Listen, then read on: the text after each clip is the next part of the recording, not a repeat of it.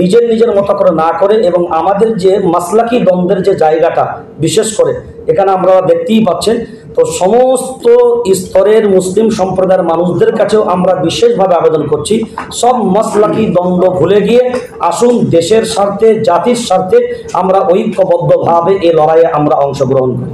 যে সমস্ত সংগঠনগুলি যৌথভাবে একত্রিত হয়েছেন এবং যে সমস্ত সাংবাদিক বন্ধুরা আমাদের পরিপূর্ণ সাথ দেবেন বলে আজকে যারা উপস্থিত হয়েছে, আমরা আপনাদের মাধ্যমে একটা জিনিস সারা ভারতবাসীর কাছে আমরা পৌঁছে দিতে চাই। আপনারা হয়তো অনেকেই জানেন যে যতক্ষণ পর্যন্ত বাচ্চা না কাঁদে নিজের মাও দুধ দেয় না, কিন্তু ভারতবর্ষের হিন্দু ভাইরা কিন্তু আন্দোলন করেনি যে ওয়াকাফ বিল পাশ করানো হোক এবং এই সম্পত্তি সরকার দখল করুক।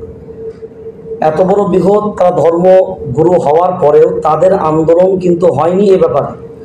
কেন্দ্রীয় সরকার জোরপূর্বক এটা কিন্তু তাদের নিজস্ব গোলামির কারণে তারা পাশ করাচ্ছে। এটা আমাদের জন্য গণতন্ত্রের জন্য একটা বিপজ্জনক।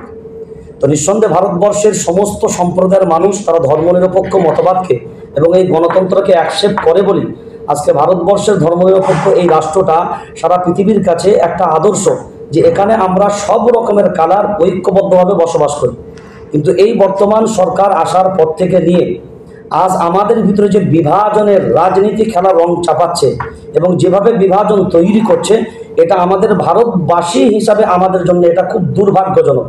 সেই জন্যে সব সম্প্রদায়ের মানুষের কাছে আমাদের আবেদন, আকুল আবেদন, যে যারা সংবিধানকে ভালোবাসেন, আপনার ধর্মনিরপেক্ষ মতবাদকে ভালোবাসেন, তারা আসুন আমরা এসে এই সংবিধানকে বাঁচানোর লড়াইয়ে যে মুসলিম পার্সোনাল ল বোর্ড উদ্যোগ নিয়েছে এই কালাকানুনের বিরুদ্ধে সোচ্চার হওয়ার জন্য আপনাদের সকলের আমরা একান্তভাবে সহযোগিতা কামনা করছি।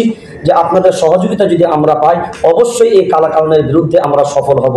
এবং টোটাল সমস্ত যুব সমাজ যারা আছেন সবাইকেই বলবো, নিজের নিজের মতো করে না করে এবং আমাদের যে মাসলাকি দ্বন্দ্বের যে জায়গাটা বিশেষ করে এখানে আমরা দেখতেই পাচ্ছেন, তো সমস্ত স্তরের মুসলিম সম্প্রদায়ের মানুষদের কাছেও আমরা বিশেষভাবে আবেদন করছি, সব মাসলাকি দ্বন্দ্ব ভুলে গিয়ে আসুন দেশের স্বার্থে জাতির স্বার্থে আমরা ঐক্যবদ্ধভাবে এই লড়াইয়ে আমরা অংশগ্রহণ করি। আপনারা কি শুধু সোশ্যাল মিডিয়ায় বলে শেষ করে দিবেন, না মানুষের যারা যে সমস্ত সংগঠনদের আসার কথা বলছেন তাদের দরবারে যাবেন?